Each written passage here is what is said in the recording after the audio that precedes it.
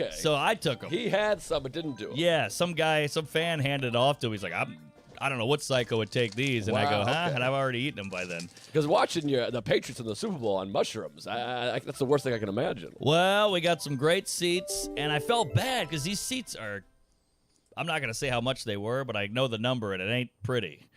It's almost as much as those eggs. I'm going to say $15,000 a seat. More. Wow. I saw the seats. You sent me a photo. Those were honeys. Those were sweeties. 45-yard line, I think row 20.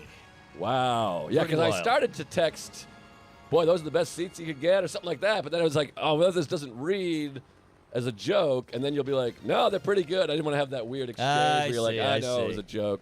Yeah, no, I got it. Those were something. Those are real peach. You think you died, went to heaven. Lunch right there, and Birdie pulls in the hot dogs, and you never have to worry about it. Like, should we get a hot dog? I don't know. He just brings you 12 hot dogs and 9 beers and 4 White Claws. So I popped the shrooms, and I'm drinking. The football game's amazing. They show all the celebrities, great time. But when that fucking halftime show hit with Rihanna up there, I was like, because you're already an hour in, and it looked like I was watching Super Mario Brothers live. Then I'm like, is she pregnant? The whole thing, I thought it was going to be the most elaborate abortion of all time. It was bananas. She's up there. All those white things ran out, like, the lights are going. Elon Musk is winking at me. I look at Gillis, he's going, and I was like, it was too much. Because that's the thing that's weird, because I'm like, normally at a game, at halftime, you're like, all right, let's go stretch, let's get a beer, let's fuck each other. But you got to stick around for the halftime show. That's a big deal. Big deal on the shrooms. And it was a great game. Like the Eagles scored like the first play. Right. They got like a touchdown immediately, and then Gillis and Jay are like, we got this. This is over. And the Eagles were, I think, what do you call it? Set to win? Favorites. Yeah. Thank you. Only by 1.5 points, I think. Okay. Well, that Mahomes is a real cutie. He's got something up his ass. I love him. Yeah, I really like him a lot. But apparently there was a bad call. I don't know what the hell's going on. But yeah, it was crazy. Very anticlimactic, but amazing game. Now, take me through the beginning, the morning of. Is everyone pumped and going crazy? And yeah, the morning was awesome. What time do you head over there? What's the security like? What's the vibes? Are there celebrities sitting near you? I assume the celebrities have boxes. They're all in boxes. They show Kevin Hart. He's up there dancing in his box in his Eagles jersey, and I was like, is that weird that you're here? Because we're in regular seats. I mean, they're great seats, but they're regular. And he's like, that's crazy, because that's probably like a couple million. Yes. To be in that. And so I was like, yeah, that's a good point. All right. And it was just mayhem getting in. But Guy Fieri, he goes, you guys are coming to the Super Bowl. Be my private guest. Come to Flavortown. So we get to the game, and it's just mayhem with the cars and the barricades and the scanning and the tickets. We slide into Flavortown. It's open bar. It's free food. He goes up on stage. He brings Bird up on stage. He's got his own private stage. And people spend millions on this thing. This is their whole life coming out here. Right. So Flavortown was amazing. You could sit down and take a breather. This is a restaurant, Flavortown, in the stadium? It's like next to the stadium. It's a big patch of whatever that's covered in by fences, and it's got a stage, it's got a bar, it's got cornhole. It's like a nice little, what's that called? The desert. Mirage. Not Mirage. Cactus. With the Cowboy. With the euphoric kind of Oasis. Mirage. Oasis. Thank you. Oh, great Decent band. So Wonderwall. Damn good. I like them. Yeah. But yeah, so we had to Flavortown, and then from Flavortown, you got a little tunnel into the building. Wow. So we had a little hookup. And I feel bad. I've been making fun of Guy Fieri for like 20 years. He's the coolest guy. He's the nicest guy. He was a giving guy. He was a funny guy. I know so little about Guy Fieri. Fun guy. I take so much pride in not knowing shit. But then when it's time, I'm like this. What's he like? What's he do? But he's got the flames on the shirt. He's everything a comic shouldn't be. He's got the spiky yellow hair with the sunglass wrapped around the back of the neck. And you go, what are you doing, asshole? He's got a pinky ring. And where's he from? I want to say Florida. That feels Florida-y. Cleveland, something maybe Midwest. I don't know, but he's a cool cat, and he's a cocky, fun-loving, confident guy. He walked up at Something's Burning, goes, here you go, whoop, whoop, gave us all cigars before he even helloed us. Wow. And then I went, and he goes, give me that. And he lit it for me. He's like a man. That's sweet, yeah. Yeah. So, whatever, we go to Flavortown. He's up on stage with Diplo or Machine Gun Queefy, whatever these guys are called. And they're all hip. I don't know this world. No, it's a crazy world. I like Larry David, and I think Woody Allen's innocent. You know, I'm in another planet with these guys. Yeah, he is innocent. Yeah. So we go to the game. The seats are great. It just getting through those bowels is always a bitch. Yeah, the bowel. Because then you got to find okay, we're 24A, you know, and you got to find all that signage, and it's a cattle call in there.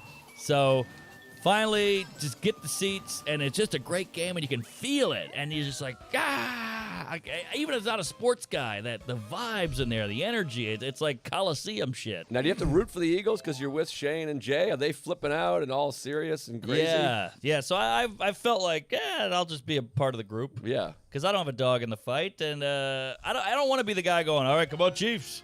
Yeah. You know, I don't want to be that guy either. Well, there's nothing worse than when you're rooting for your team, and so this is why I watched the Super Bowl alone when the Patriots are in it, because there's someone being like, oh, yeah. And I'm like, but you're not even from the town. Exactly. Why are you just being mean to me? Right. So you got to go along.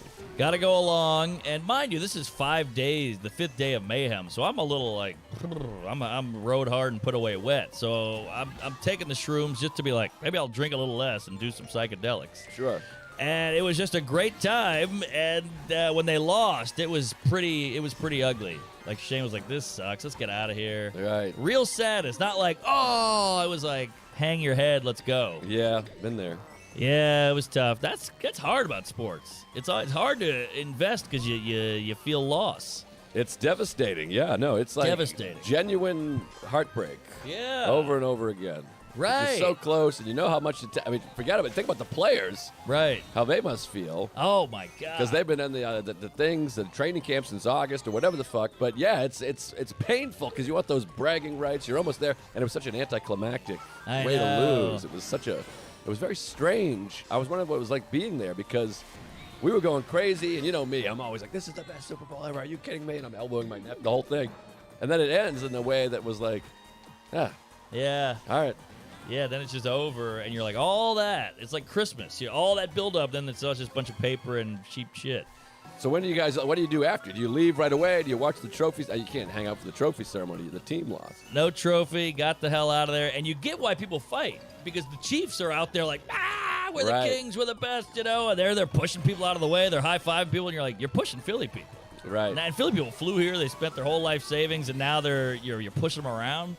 So I get why Philly flips out. Also, the whole time Gillis and Big J are showing me videos of Philly. And it's just like a guy punching a horse and eating dog shit and, you know, whatever, fighting a cop. And you're like, oh, that's fun.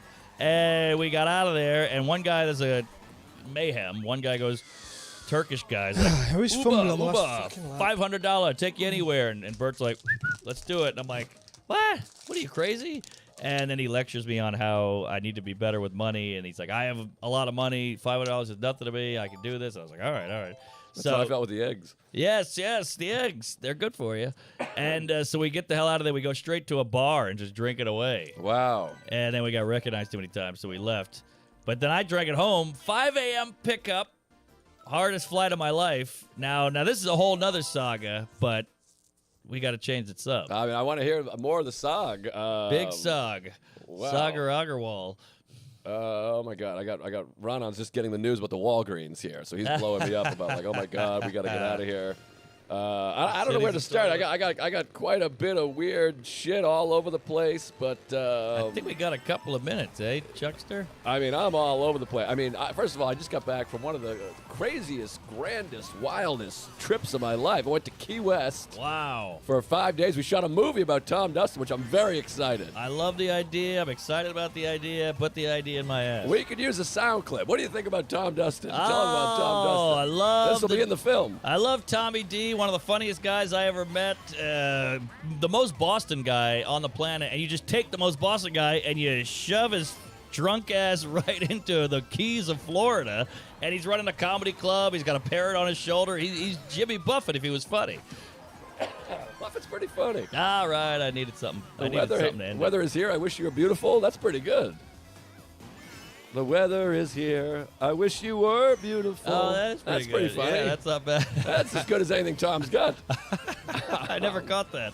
Yeah, that's pretty good. Well, it's not exactly a hit to me. But anyways, no, Tom's the best. So we go down there, and fucked Salacuse right in the ass. I got to tell you. I don't know. Maybe he reached out to you. He likes it. I'm always afraid he's texting you being like, this is a piece of shit. I am the guy. I have that from other people, for not him. But, so, wait, who says I'm a piece Nah, of shit? I'm joking. Ah, jeez. Mostly Chuck. May hates me? No, she likes you. All right. Other people. Oh, boy. No, I'm joking. Keep going. Sam? Sam's upset. No. It's Ron on. Okay. But anyways, he doesn't have Sarah. your number. So I get down there, and, you're all confused. I'm flying to Atlanta. We're shooting this documentary. I got my pal Patrick Holbert, who I think's Tuesday. Hey, Tuesday. He shot us one time out in Long Island. It's all pipes. Great guy. I got him and Sally because I've hired them. I'm shooting a film here. Yeah, directing. I got 2 self-funded projects going on at the same time. What's the I'm other running one? out of money. My special's in a week. I thought you had a gay porn. Shooting a special and a film. Please subscribe to my YouTube. I'm going to need you because I'm taking a bath on these projects. Content. So I hire these guys. I fly them down, the whole thing. And I fly to Atlanta to Key West, which, by the way, speaking of Guy Fieri, Salacuse had a photo shoot with him that paid $750,000. Wow. And he canceled to come do my video project. Oh, you fucked up, Sally. And wasn't shy about reminding me, I'll tell you that. Oh, that's what he does. Every 3 texts, he's like, I'm turning down $50 million. I turned down $100 million. Could've Fieri. Could have been in Flavortown. I mean, it's wild. I'm like, I'm sorry. What do you want me to do? I'm telling you, I'll get a new guy. No. I'm coming. I just want you to know that it's costing me $75,000. Gotta let you know. So I look at my thing. He's getting down there. He's flying. He gets in at Key West at like 2 p.m. Okay. Good And timing. I'm getting in at 4 p.m. So I was like, here's I'll meet you there, whatever the fuck. So I look at my thing. Sometimes you get confused. You're crazy. You're all over the map. And I'm looking. I fly to Atlanta. I get to Atlanta at 2. I leave Atlanta at 2:17 or something. But he goes, what time are you getting in again? And I look and I go, you're getting in at 2. I get in at 2:17. Just wait for me. Oh, that hurts. But I fucked up because Jalen hurts. 2:17 was the arrival time of my flight Connecting. to Atlanta. Yeah. So I had my time. My wires got crossed. Oh, so it's a double fucking. So I told him, just wait for me. Oh. Then I fly from Atlanta to Key West, and I always get the Wi-Fi. I like to be in the know in case, I'm getting canceled or my wife dies. I'm shocked because you seem anti-phone. Well, I do a good job of not looking at my phone on the flight, but I get the Wi-Fi just in case I'm getting texts. Okay. You never know what's going to change, whatever. You don't want the Africa lady flight. But exactly. But on this flight, I go, I don't need the Wi-Fi. I've done all the work I need to do, so I get no Wi-Fi. Because it's only, an hour and 45-minute flight. Sure, what could happen? So I'm sitting there. I land, and I turn the airplane mode off, and I got a text from Salacuse that says, hey, is your flight delayed or something? Ooh. And I go, wait, what's going on? I go, and then I had the memory of telling him 2 p.m.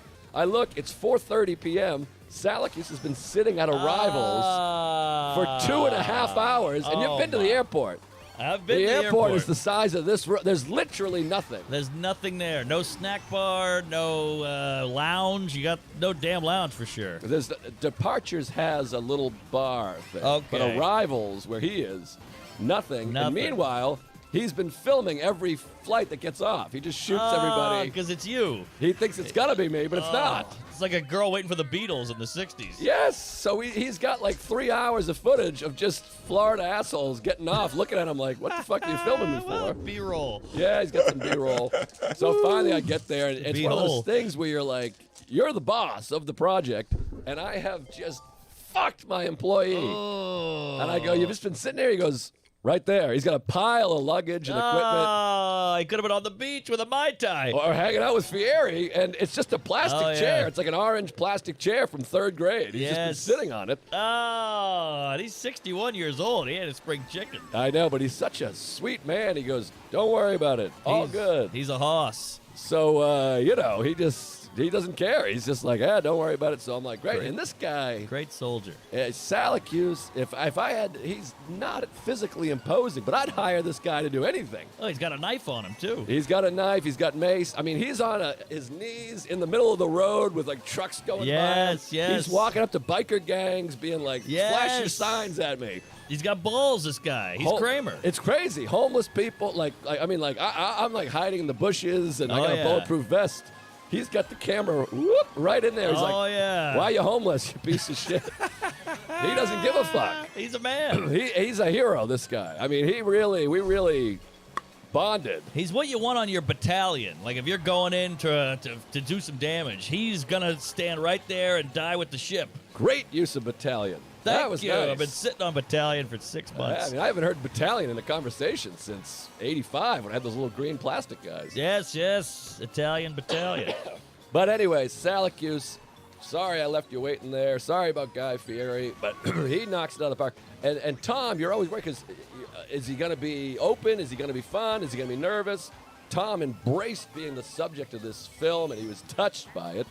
And we got some great stuff. Oh, great I love stories. it. I love it. We shot some of the shows. The shows were all killer. And then Holbert, he got all fucked up. His travel was crazy. He had to drive down from Miami. He got in at like 2 in the morning, 3 in the morning. Can you drive there? He flew to Miami and drove to Key West. Wow. And he got in at like 3:30 in the morning. The next day, like 8 a.m., he's like, hey, I'm up and ready to go. And these guys were what an animal. troopers. I love it. And there's no union. It's just me. So I had to keep being like, you guys need to sleep. You need to eat. And they're like, oh, we'll sleep when we're dead. They were those kind of guys. I love it. Very fun.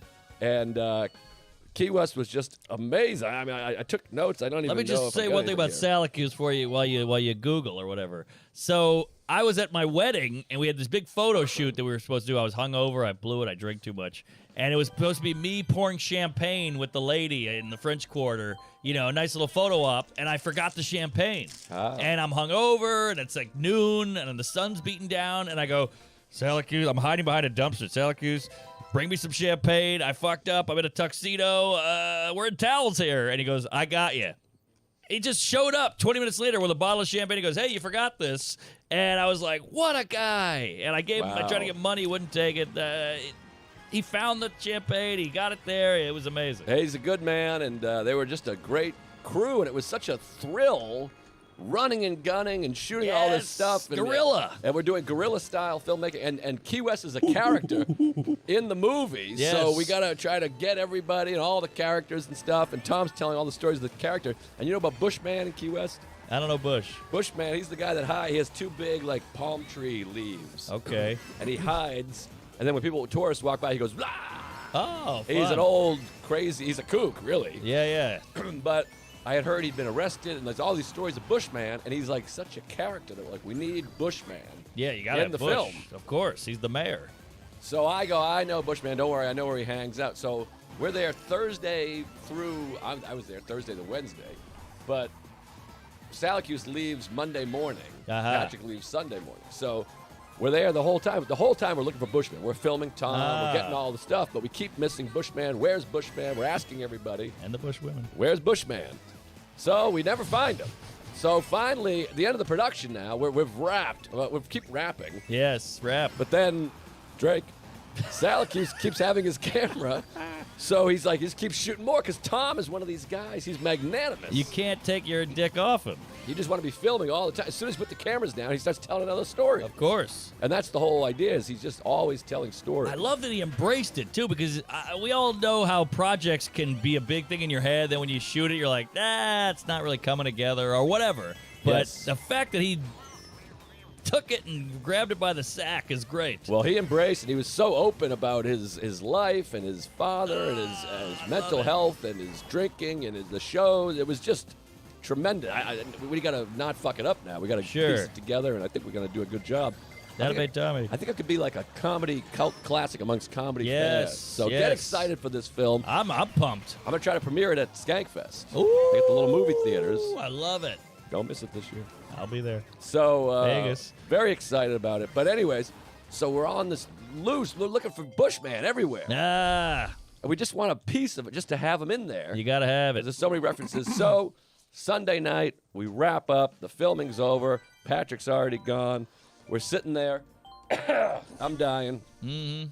And we're just hanging that back porch. You've been there. A little back tiki bar. Oh, there. yeah. Love that spot. And we're hanging. I teach the guys how to play scat, which is fun. Syracuse is fun. He's up for anything. He really is. And it's great. That's the beauty of Key West is shit slows down. When are you sitting around New York playing cards? It's the best. Key West, I could live there. By the way, Ari came down. I'll get into that later. What? He wants to move there. Oh, it's a special place. He really he loved it, which is you're nervous because I convinced him to come. I was Of like, course. come down. Every year I'm like, you should come. You're going to love it. And him and his boyfriend just really want to move there. Huh? So, oh, yeah. Boyfriend. Yeah, it's a whole thing. All You're right. supposed to say boyfriend. Okay. You don't know about the boyfriend I don't know about the thing? boyfriend. Oh, well, All right, we'll talk. you're a bad friend. Apparently, maybe I'm a bad boyfriend. Yeah, don't worry. Syracuse and I talked about it. But, so, we're hanging out, trashing you, playing cards. And then Tom's roommate, her name's, I'll think of it in a second. It's like Carmen San Diego. Different guy? No, this is a woman. Oh, I don't know the lady. It was a guy when I was Wait. there. Maybe they transitioned. Yeah, there's a few people. It's like Nina. It sounds Spanishy. What's one of those names? Pinta, Nina, the Santa Maria. Carmen, Diego. Oh, wait, no, I know it. What's the, who's the explorer? Dora.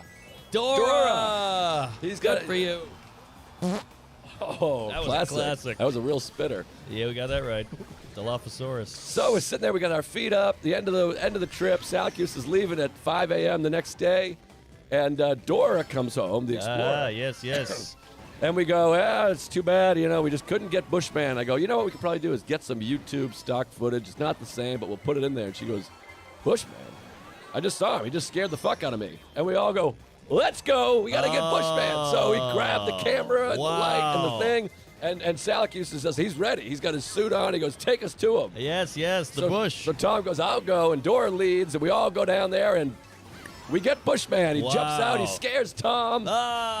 And Tom goes, what's up, guy? How you doing? And Syracuse is perfect. right in there, and we got the Bushman. Oh, I love it. Now, did Syracuse go, shit, I forgot to put film in the camera? No, but it would All have right, been funny. It great. would have been a good gag. He's not really a gag guy. Good. We don't need any more gags. Yeah, too many gags. We got enough gags. It's a lot of gags. Gag order. The Eagles gagged at the Super Bowl. Kansas City Queefs. Yeah, I don't know. But anyways, then Ari Eagles. came down, and that was great. We rode all around the town, and just a beautiful trip. It's hard to leave Key West. It really is hard to leave, but you got a good 7 days in there, 6 days. I was so there that's for nice. a week. Yeah, it was fun. And then I got to go Wednesday night. I hang out as long as I can. I head to Denver. Well, that's a tough one. Well, it felt tough on paper. I had to be there early for, I was flying there Wednesday because you don't want to fuck with shows. And then I had to do radio Thursday, even though we sold out every show. I hate this radio. It was a little annoying. But Yeah.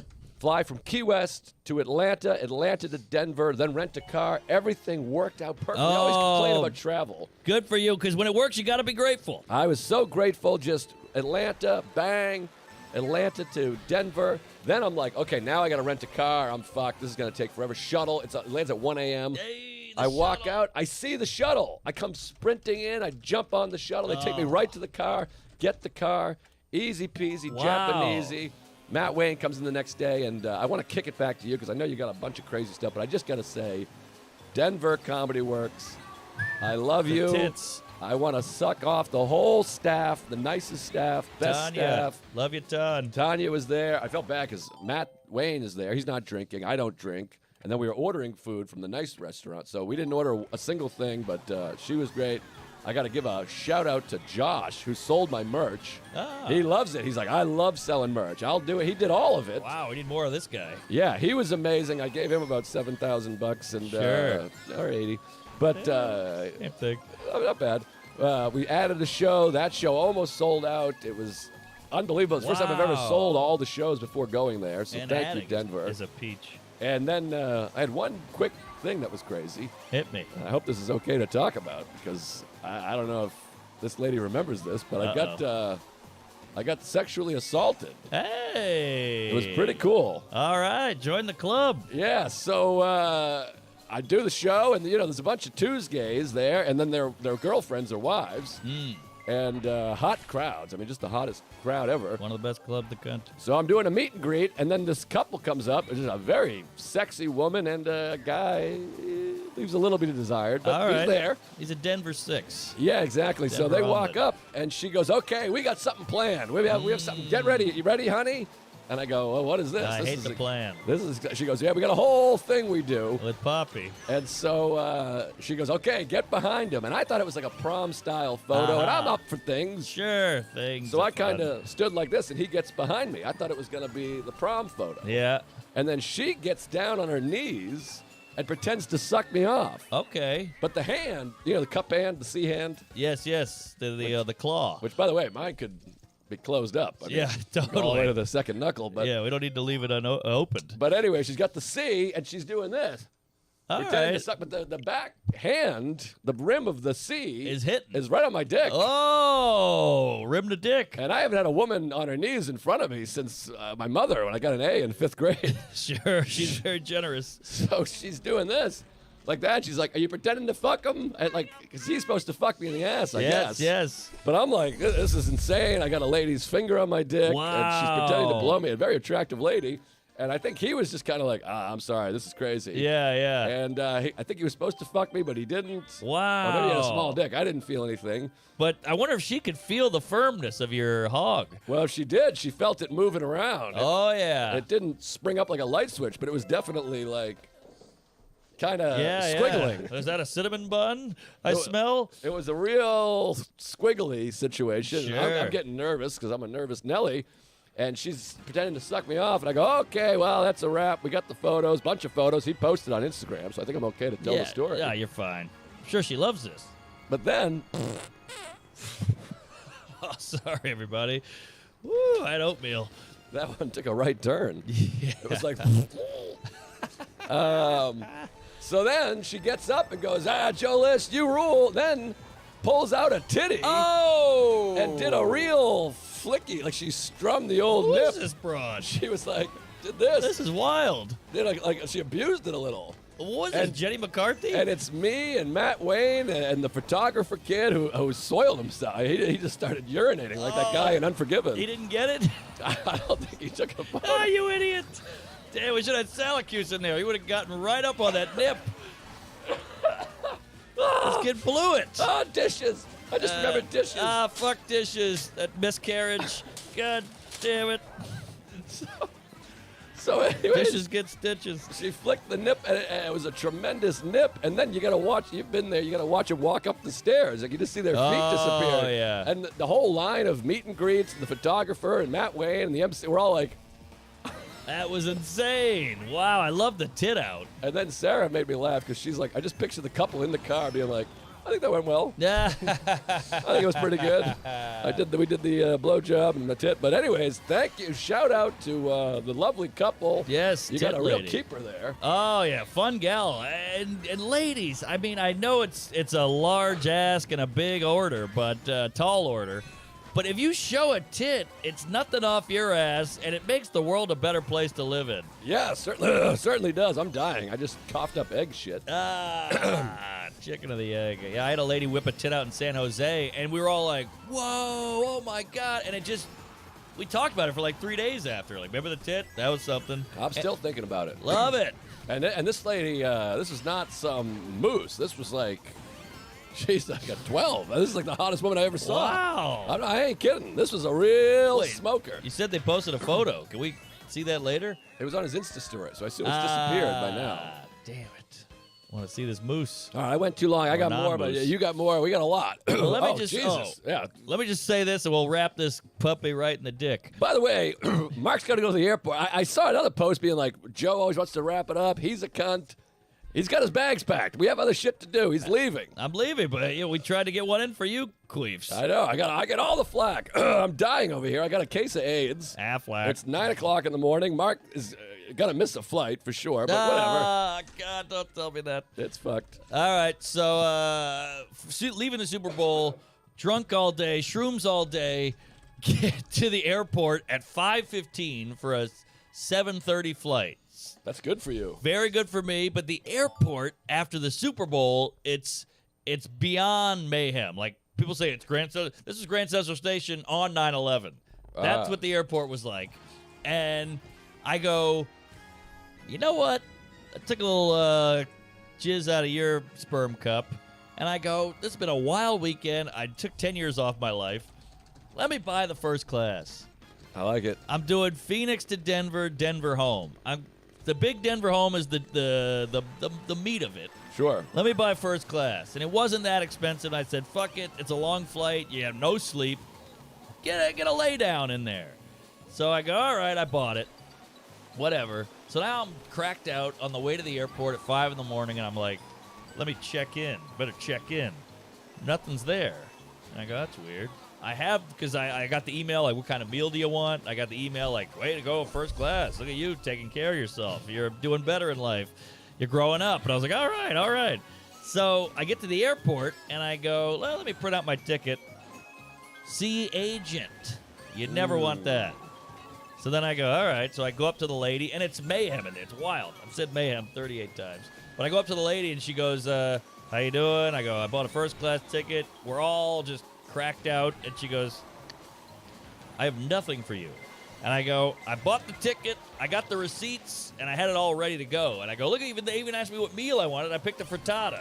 And she was like, oh, that is weird. No frittata. Show her all the receipts, and she goes, I don't know what to do here. So they bring in the other guy, and he's like, I don't know what this is. You got the receipts. There's no seat. There's no flight. And I go, well, I bought a flight. You charged me. I need to go home. And I have a set tonight at 7, doing an hour at the Fat Black. And they were like, sorry. What the fuck? And I'm like, this is crazy, right? Like, and I go, I'm going to tweet about you guys and all this shit. I turned into like Karen over here. Yeah, or Sam. Or Sam. And they go, all right, here's what we're going to do. We're going to get you on that plane. But it ain't going to be first class. And I go, well, I paid for first class. And they go, yeah, they gave that away. There was a glitch. A glitch! Right, they upgraded some asshole. I guess so. So I go, where am I sitting now? And they go, there's only one seat left. 45th row, middle. I swear to God. So now I go, what are you, crazy? And they're like, I know, we're so sorry. And I'm like, what do you mean sorry? You got to give me something. You got to blow me. Pat my ass a little bit. Give me a nipple, a flick, a circle. Denver. So they go, well, we'll see. But you got to talk to the agent at the gate. You better hurry. So I go all through, whatever. And I talk to him. He doesn't care. He doesn't know about my situation. So I got to explain the whole thing to him. And he goes, says here 45B. And I'm like, but I had a first class. He's like, I don't know what the hell you're talking about. So I had to suck it up, and I flew 45B. They must have given you a voucher. No vouch. Oh, come on. Nothing. Dr. Vouchy? Yeah, they both lied. Oh, jeez. I'm fucked, and I flew home. That was it. That's brutal. Brutal. Well, you tried. I tried. I'll never buy first class again. No, that's crazy. You got to buy it earlier, is the thing. I guess, but I mean, a glitch. I don't care for the glitch. You hear that, United? Suck it. Son of a glitch. Ah, the reveal. What? United. Well, it's a major airline. No, it stinks every time. You got to go Delta. All Delta. I guess I got to go Delta. All Delta all the time. Greatest company ever. They got the chicks with the purple. I shouldn't say chicks. That's, the cunts with the purple. There you go. The flight at the stewardess. Yes. With the purple cunt. Stewardess. All right. Well, I had to get that out, but I got home. But, man, I wanted to kill myself. And you're so helpless. You're like, I got the receipts. They're like, yeah. That's it. Sorry. You want to get on the plane or what? Or you don't? And you go, all right. Fuck you. I'm getting in the plane. All right. Well, we got to wrap it up. You got to get the fuck out of here. I got, what do I got? What day does this come out? The 28th. Go see this guy. Sell it out. This week, Thursday, 2 days from now, Chicago. There's a few tickets left. Park West Theater. And so come to that. That's this Thursday night. If you're not doing anything, please come to the show. April 15th, Wilbur Theater. There's some tickets left for that. March 31st and April 1st, Salt Lake City. I got to fill that one up. They're paying me an assload of money, which I appreciate. So please buy those tickets. And then subscribe to my YouTube. I got the movie coming out in a few months. I got the special coming out in a couple months. So please, that's the most important thing you can do. Hit that YouTube, subscribe.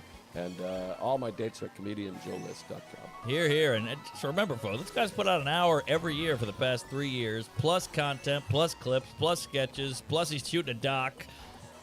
And a feature film. Reward this guy and podcasts. I'm going to be all over the place. I'm shooting the special on the 17th and 18th of March. I don't know when this comes out. Okay, that's already over. No, it isn't. All right, so Toledo, Dayton. You got a theater tour announcing in the end. Going to Australia again. England, all kinds of fun stuff. So Oxnard in L.A. or California. Come on out. Say hello. MarkNormanComedy.com. Get a mug. Get a shirt. We'll see you in hell. Chuck. Oh, yeah. If you want to check out my podcast, Fun Bearable, go to funbearablepod.com. A lot of fun. Mark and Joe have been on. And pinned at the top of the page right now is our episode with Kevin Ryan from Are You Garbage? Oh, I love Kevin Ryan. And he love tells those guys. he tells the whole story where it's his wife basically let him borrow her last $10,000 to start Are You Garbage? Wow. It was like a a Hail Mary play. And man. it worked out, but he was awesome. We had an awesome time with him. So check it out, funbearablepod.com. That's amazing. That's Hell yeah. inspiring. It's crazy. Yeah. Well done. Check out those guys, and then we have a live pod. That's in a couple weeks. Sold That's out. I don't know what I'm Sold talking out, about. yeah. Sold out a while ago. I can't wait. I had a couple people hit me up. If you show up to a theater, there's always 10 people who didn't show, so I bet you can get in. But I don't want to agree. make any promises. Did you guys figure out the guests yet? Both Yes, of them? yes. Oh, yeah, we got guests. Big guests. guests. I know Big. one. Big, fat guests. Yes, both of them pretty chunky. Yeah. Wow, that's sweet. Well, one's getting in really good shape, though. Is he? I think. But maybe it's changed. I don't know. When I saw him, he looked like Oh, hell. Okay. All right. All right. Well, now you gotta come. You gotta come by to see. He got out of the wheelchair at least, so that's good. But yeah, come on by. We'll see you in Gramercy. We'll see you in Chicago. Both of us. We got shit on YouTube. Come into your own hair. Yes, yes, babe.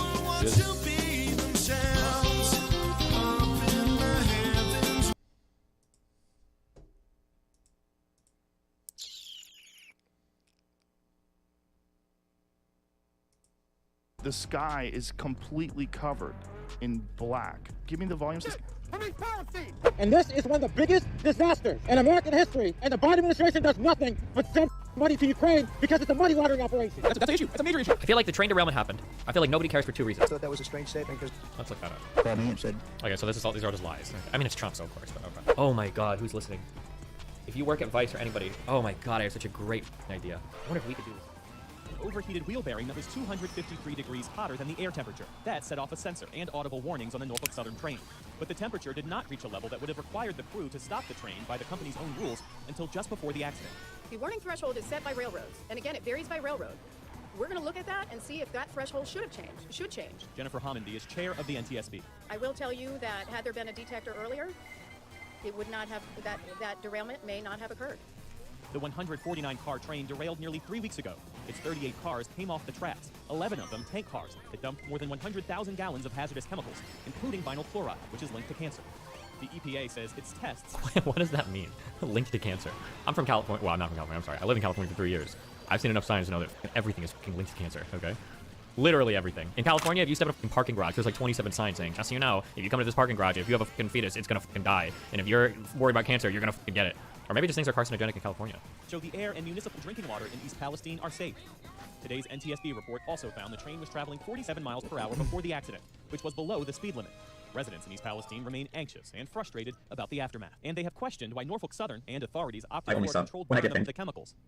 In its preliminary report, the NTSB said that happened because the temperature in one of the tank cars was very high and could have led to a catastrophic explosion. The report was released as Transportation Secretary Pete Buttigieg was on the ground in East Palestine today. He said the accident showed the need for tougher regulation from Congress and higher safety protocols from the rail industry. Norfolk Southern and the other freight rail companies need to stop fighting us every time we try to do a regulation. He also acknowledged that he may have waited too long to travel there, saying he wanted to let the EPA and NTSB deal with the emergency first. The federal response has become a partisan flashpoint. we have told you loud and clear you are not forgotten. Yesterday, former President Donald Trump visited the area and blasted President Biden for not yet visiting East Palestine. They heard I was coming. They all came. They weren't going to come. They were going to leave you abandoned, and now they're not. Today, Buttigieg pushed back, arguing that the Trump administration eased up on safety regulations too easily to satisfy the railroad companies. One thing he could do is express support for reversing the deregulation that happened on his watch. The NTSB said today it will carefully investigate sensors, alarms, and the rules set by railroads. It also plans to hold a rare investigative hearing in East Palestine this spring. The Joe Rogan Experience. Now, I don't know if they have to take additional precautions due to traveling with hazardous waste and whether or not those precautions Destiny were was not that taken. They are billions. That's what I'm hearing about this case, is that this is something that they were trying to cut money by transporting these things that are hazardous waste in a way that perhaps maybe they shouldn't have been transported that way, or maybe the regulation should be different. I don't know if it's even hazardous waste, though. I think it's just chemicals that we use in plastic. Oh, it's very hazardous. It's not waste. Right. Hazardous materials. Right. It's very hazardous material. I don't think it's like a byproduct. Yeah. No, it's very dangerous materials. But that's why there's this one kid, Nick Drum, who's been doing these amazing TikToks that I'm obsessed with because he's like a chemist. Yes. And he's great. He's actually taking what the APA is releasing and he's trying to make sense sense of it. So let's talk about the trail derailment in East Palestine, Ohio. East Palestine is about an hour north of Pittsburgh, almost halfway through.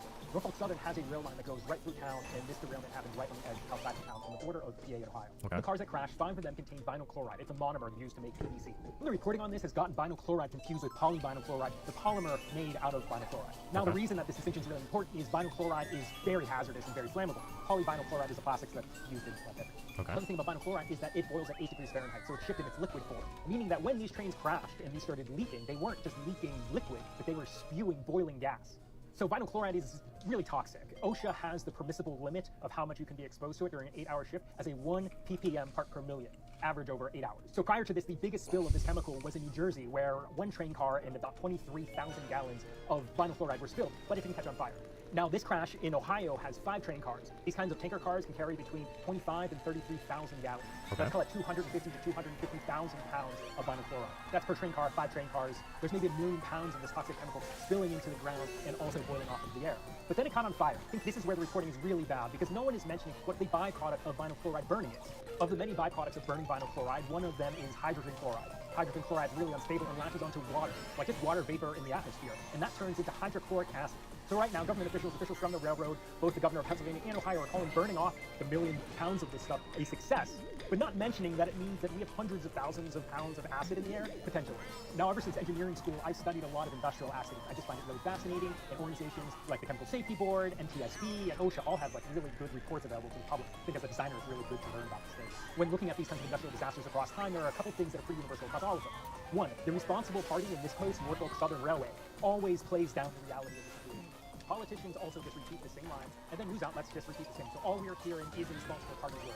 This hasn't been getting... So, Jamie, I also sent you a video that shows what it looks like in the area where these clouds are passing over, and it is horrific. It's a There are studies that BC can take its name. so 108 days to dissipate from wealth and aquifers. No one is mentioning the dioxins created by the burn. Days with peaking out. Shit that they're burning from East Palestine, and he's freaking out, and you know, like, animals are dying, pets are dying, fish are dying in the rivers.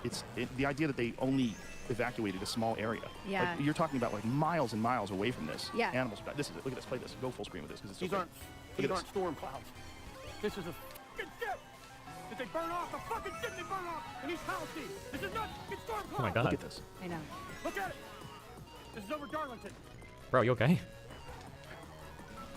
Little bro having a breakdown. It's insane. If you're just listening, what we're looking at is just intense black clouds covering this area, and it's daytime. Yeah. And you can't see shit. The sky is completely covered in black. Fuck Give me the volume me. system. From East Palestine. They're f***ing controlled burn. Yeah, it's The idea that it's a fucked up. controlled burn is so crazy. Well, I guess because they were worried that it was going to explode. That's why they felt they had to burn it. But it did explode, right? Didn't No, it catch they fire? felt it was going to be a massive explosion. And this would have happened anyway. But there's no other options. And they like in one of that kid's Well, what else were they TikToks, supposed to like, do, I later guess? on, he talks about how they just buried it. And so people are saying they did this just to get the trains running again, basically, which again, the cynic in me wouldn't doubt, but I don't know. I just sent you a text from my editor, Joe Donatelli, who I loved from Playboy. He now lives in Ohio, and does local news. And I will say local news has been great on this. They're actually reporting. And like he said to me, you have to be able to like muster the resources, fact check things. It isn't as fast as the internet where there's a void of information that gets filled. And he did a long thread about what they've learned Really? at the local news station where he is. I think local news is actually pretty good on this, but some people in Ohio are saying they didn't even know about it. I've heard so many weird. First of all, I don't know if anybody else had this thing, but I heard like 50 million people saying no one's reporting this, no one's reporting this, no one's reporting this. I feel like I saw wall-to-wall coverage on this shit in like across all of Reddit and Twitter. Am I crazy? I was in a chlorine response hazmat team for a few years. Burning off the contents of damaged rail cars is super common. There's sometimes nothing else you can really do safely. How common? Burn off chemicals, train spill.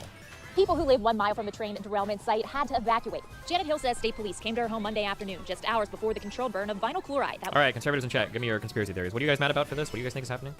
was in 5 of the derailed tanker cars. Before that, she stuck it out at home. It was bad. You can see the flames from here, and we're pretty far out of town. 2 days after the burn, authorities...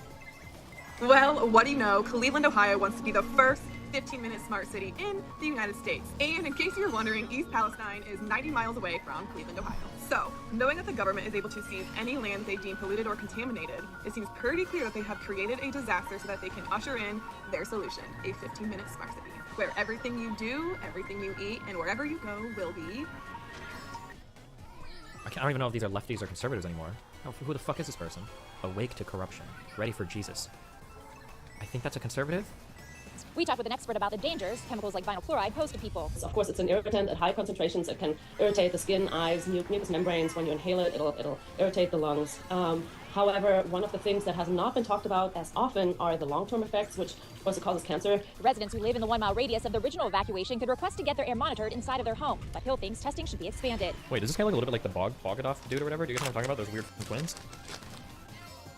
Got people walking around completely dissociated because everything in their daily environment tells them to pick up the dry cleaning. Right. And, you know, oh, everything's fine.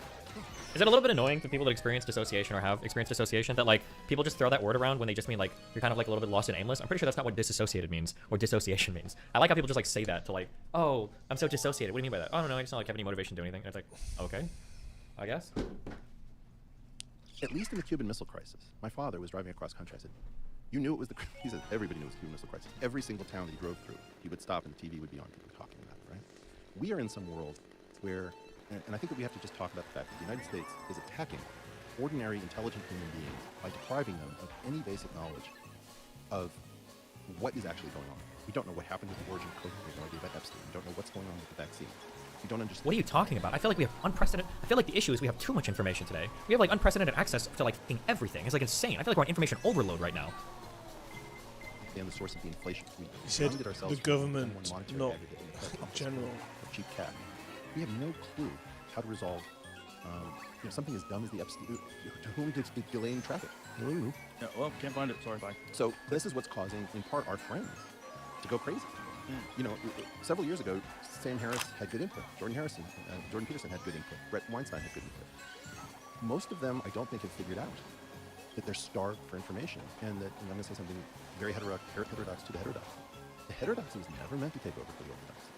The orthodoxy is something that needed correction. The purpose of the heterodoxy is that you're 12 degrees off, you're 3 degrees off. What do you do when you're like 168 degrees off? And all, like the fine tuning that heterodoxy can do is not sufficient to correct the shit.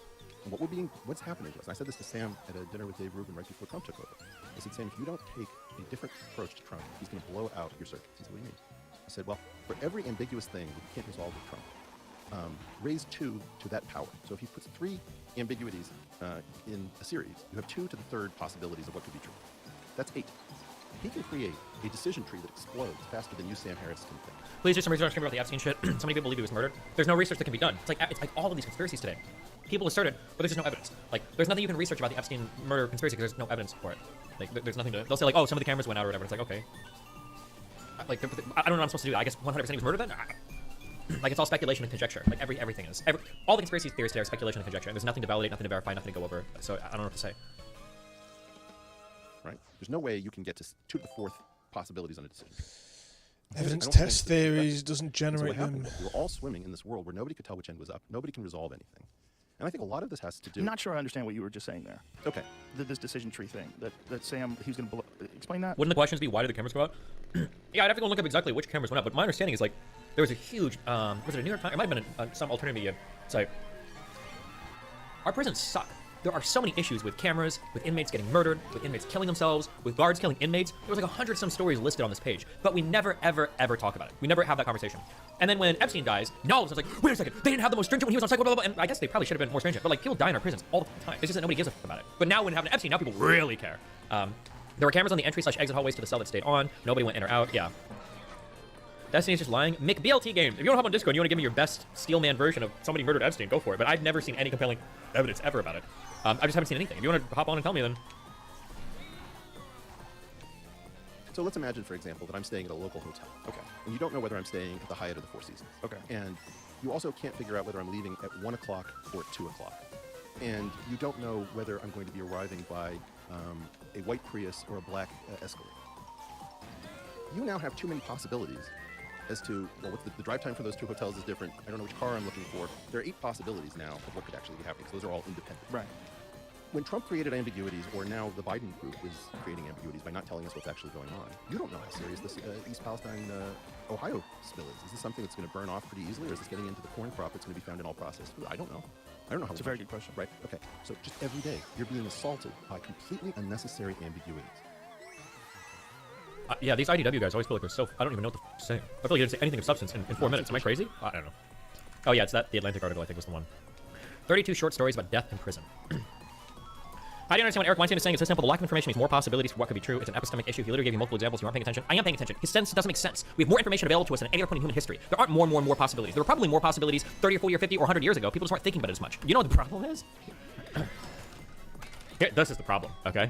The ending conversation about how there's not enough context surrounding information on the internet, and all you get are these meaningless little contextual clips that are devoid of anything that lead you down 50 million different roads. I actually think ending speech in Metal Gear Solid 2, I think actually summarizes pretty well, as strange as that is, where we're at today in terms of digital information on the internet, which is crazy because this game basically came out like before the internet really existed. That was his exact point, though. We have more things to be unsure of than ever before, too many ambiguities. Yeah, but it's not because we don't have enough information. It's because there's too much. We're overwhelmed with crazy random shit. We're overwhelmed with information today. Is it this? Metal Gear Solid 2 predicts current year. Human memories, ideas, culture, history. Yeah, spoken music and everything. Genes don't contain any record of human history. Is it something that should not be passed on? Should that information be left at the mercy of nature? We've always kept records of our lives, through words, pictures, symbols, from tablets to books. But not all the information was inherited by later generations. A small percentage of the whole was selected and processed, then passed on. Not unlike genes, really. That's what history is, Jack. But in the current digitized world, trivial information is accumulating every second, preserved in all its triteness, never fading, always accessible. Rumors about petty issues, misinterpretation, slander. All this junk data, preserved in an unfiltered state, growing at an alarming rate. It will only slow down social progress, reduce the rate of evolution. Right. You seem to think that our plan is one of censorship. Are you telling me it's not? You're being silly. What we propose to do is not to control content, but to create context. Create context? The digital society furthers human flaws and selectively rewards development of convenient half-truths. Just look at the strange juxtapositions of morality around you. Okay, too different. It was interesting, though, the idea that in the first Metal Gear Solid game you play, the idea is to have a thing that shoots nukes at everybody, and that's how they want to control the world. But in the second one, it's literally just the idea that you control information, you can control the world, which was an interesting concept at the time because the internet wasn't really that big of a thing yet. But yeah, I don't think the issue is that we don't have enough information available to us. I think the issue is we have all sorts of like random. Anybody can come on today and have a platform, right? Like look at how influential I am with no formal training. I'm not even masters in League of Legends. Or look at Tate's like exploding on TikTok, or look at people like Tim Pool or whatever. Like I don't know. I just think. I don't think it matters. I don't think anybody realizes what the problems are. They just think it's all like media being biased or some stupid shit. That's what everybody thinks. But whatever.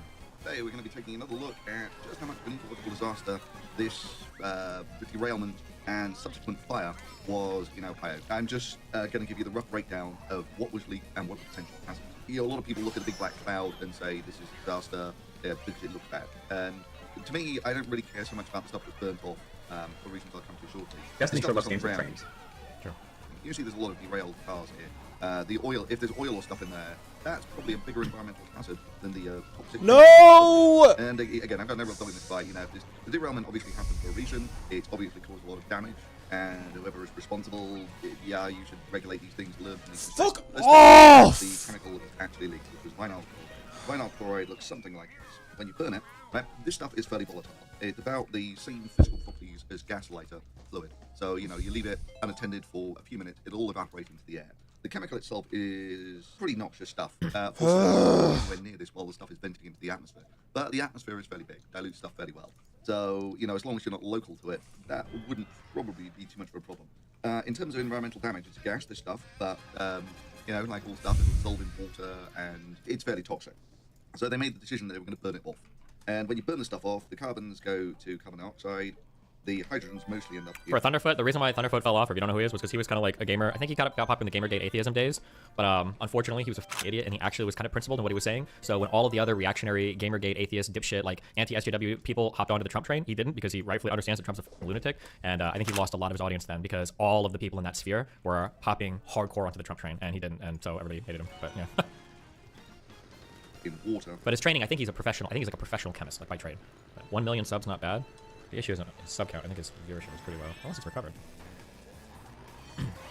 Actually, you know what? He's doing okay. He's getting like 1 to 2 million views a month. That's not too bad.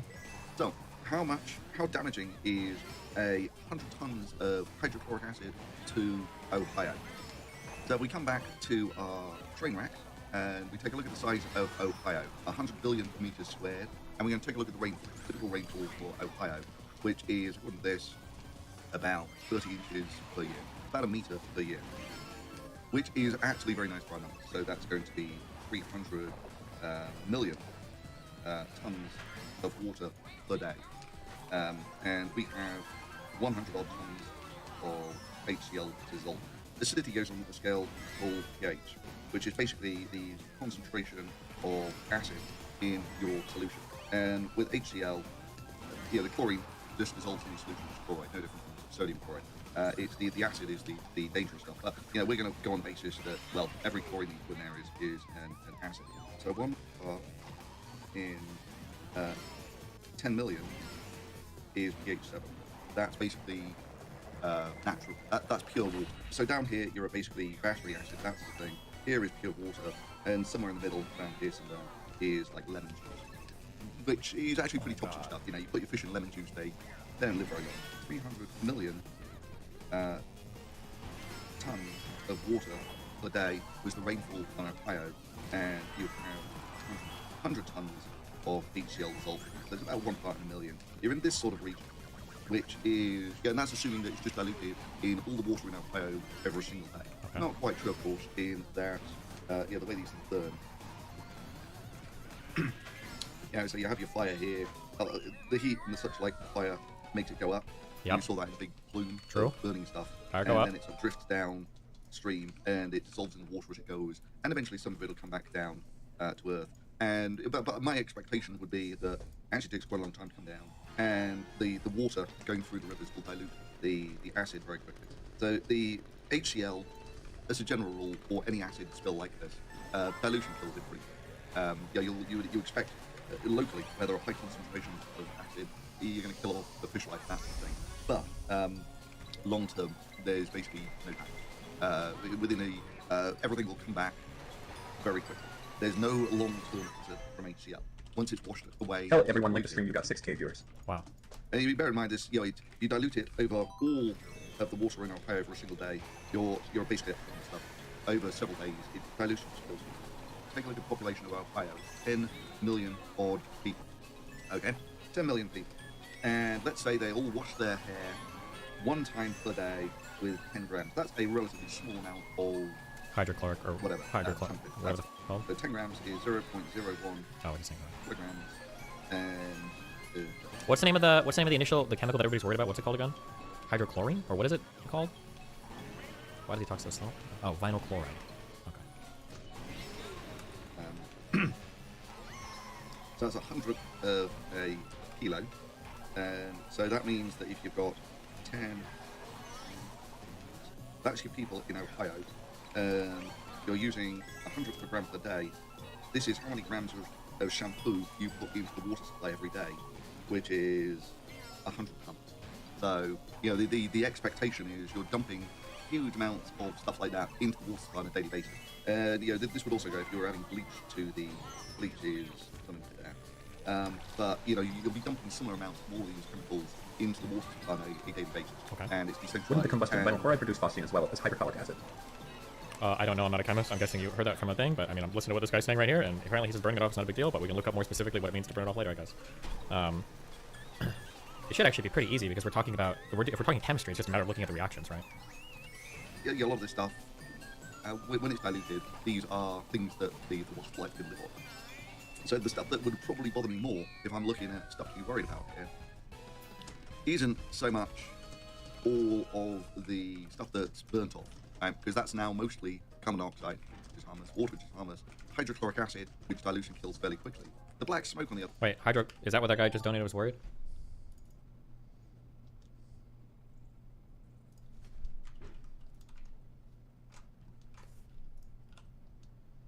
Hydrochloric acid, which dilution kills fairly quickly. Okay, so he's saying the hydrochloric acid would dilute fairly quickly, so... The black smoke, on the other hand, this tends to be evil carcinogenic, burning plastic. It's, Destiny, can you pause the video for like 3 seconds? Nope. Which tends to be pretty noxious, carcinogenic stuff. But again, it'll be spread over a large area. The stuff that would bother me more is if there was any stuff in all of these rail cars that can't be burned off. Right, so the vinyl chloride that they burned off has a similar volatility. Basically, they had 2 options. You could either let it evaporate off slowly, which would have dumped all of the vinyl chloride, which is much more toxic into the atmosphere, or you can burn it.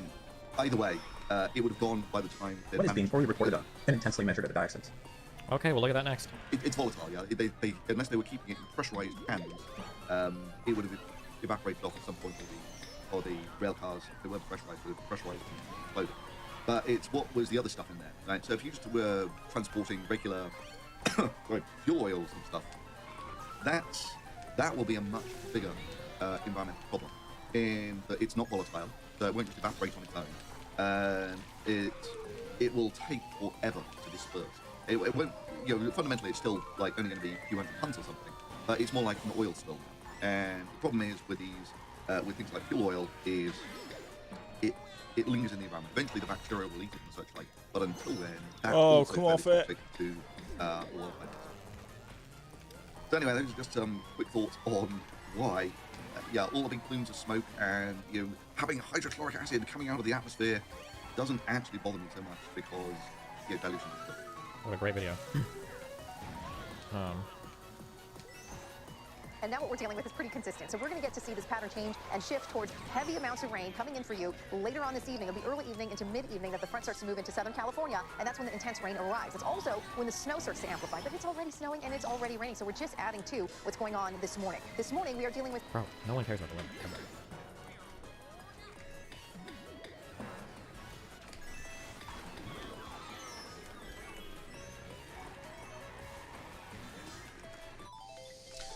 I'm never gonna get it. Trainwreck site 2 days ago. Ground zero.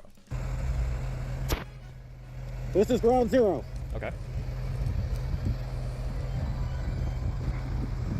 This is absolute ground zero. Now, for safety reasons, I will not go any further. But you can see right over there. Right over there. That's where it all happened. Now, I don't see any of these workers or anyone wearing masks. It's like everything's okay. But you can tell right here, when you look at the water, you can see the chemicals are in there. It's all there.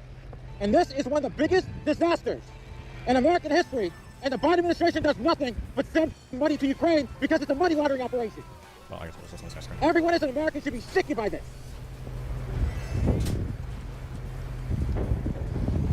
Right over there. See all those, and they're still using the same tracks. Anyways, for safety concerns, I will not be here for long. As a matter of fact, I'm getting the hell out of here right now. Let's go, dude. Does he really think that it's so dangerous that he can get this close, but not? We tried to link it any back finally, closer, but you have or- chosen the path of pain. And like an insane kill rate, I need sleeping time right now. This is a regulatory kind of rule that transportation... People who already said that he's not interested in this. Now, of course, part of the reason why Pete or Joe Biden or anyone doesn't even feel the need to address this or talk about it is because the media is not covering it. There is not. Why do people keep saying the media is not covering it? I feel like I saw this covered by so many different people in media. I felt like stories like this need to be way more covered in the mainstream media instead of us just shooting down UFOs. So two things I want to hit on there. One, not always, but more and more feels like why is the mainstream media not talking about this stuff? That's being said while mainstream media is talking about that stuff. It feels like more and more people are saying that to then drive more traffic to however they're covering. Not enough anger. East Palestine is a tiny-ass town with 5,000 people in it, and nobody really gives a shit. This will continue happening over and over and over again, just like the railway union said it would. It's just going to happen to a larger town, a more populated area. It's just about assessing the risks in that situation. It's basically about like how much of a stink can we make, how much damage can we get away with, especially when the media doesn't talk about it. That's the reason why they don't do it. That's the reason why the Brandon administration is not doing anything as well. Because what I'm worried about is I'm not just playing the press here. What is the Biden administration supposed to do? Like, the accident happened. I think they did all the cleanup procedures. Like, That's broken down. The press does not hold the corporations accountable, does not hold politicians accountable. Then the politicians go, well, make $6 million is the wrong party here. From these guys, not from the other side. And there's no downsides. There's no one telling people that I'm a monster who's in favor of giant fireballs in the neighborhood because I got pride, right? The media is a very important component of this because they're the ones who are supposed to tie all of this together. And when they don't do that, the dude in Ohio doesn't fully understand who to get mad at, so he continues to get mad at, like, I don't know, gender-neutral bathrooms or whatever. That's an issue. That's a major issue. Very, very frustrating. Not as frustrating as the top of the hour ad break, which everyone in that town of Ohio will be able to avoid if they use their $5 that they got. I don't think Norfolk Southern actually took like a serious hit in the stock market. It's by design. They know that these cost-cutting initiatives could potentially cause these massive disasters, but ultimately you just throw 25 grand at the victims and move on. Knowing full well the media is not really going to cover it. Knowing full well that the government is not going to come seeing answers. Literally, there are people in every corporation that's doing this in actuarial sizes. They're doing this kind of risk mitigation. What is your life worth to them? And what happens if there's an environmental disaster? In this circumstance, it's wonderful because again, it's a whole bunch of mumbo-jumbo science, and science is confusing, especially when can somebody search me? Was this actually that bad of a disaster? Like, what exactly happened? What is something like permanently destroyed or East Palestine train derailment Wikipedia? It's being covered now, but it took 10 days for the media to really pay attention to it. I don't think that's true, but okay. Didn't this just happen like 2 weeks ago? 3 weeks ago. Do you think initially there wasn't as much coverage as there could have been just because people don't really care because trains derail and it's like a whatever thing? Destiny, even the Ohio governor didn't call it a state of emergency for the Fed to release funds to them, even though Biden said he'll release funds. Okay, this was February 3rd, 2023. Archive.org. If I look at like CNN, I'm sorry, I should be CNN.com. The Ohio governor and senators didn't release statements for about a week either. When did they burn the materials? Maybe that's the reason there's no coverage. I wonder if it took a few days for them to decide to burn things off. Yeah, I don't know. Okay, it happened February 3rd. Let's just check. Nobody covered this because it wasn't that big of a deal in reality. Picture of the smoke clouds, so I think caused a scare. Oh, do you think it was just like the social media shit? 6th. I'll check the 8th. There's a CBS article on February 4th. 50-car train derailment in Ohio causes massive fire evacuations. No injuries reported. Oh, well, it's on the 4th.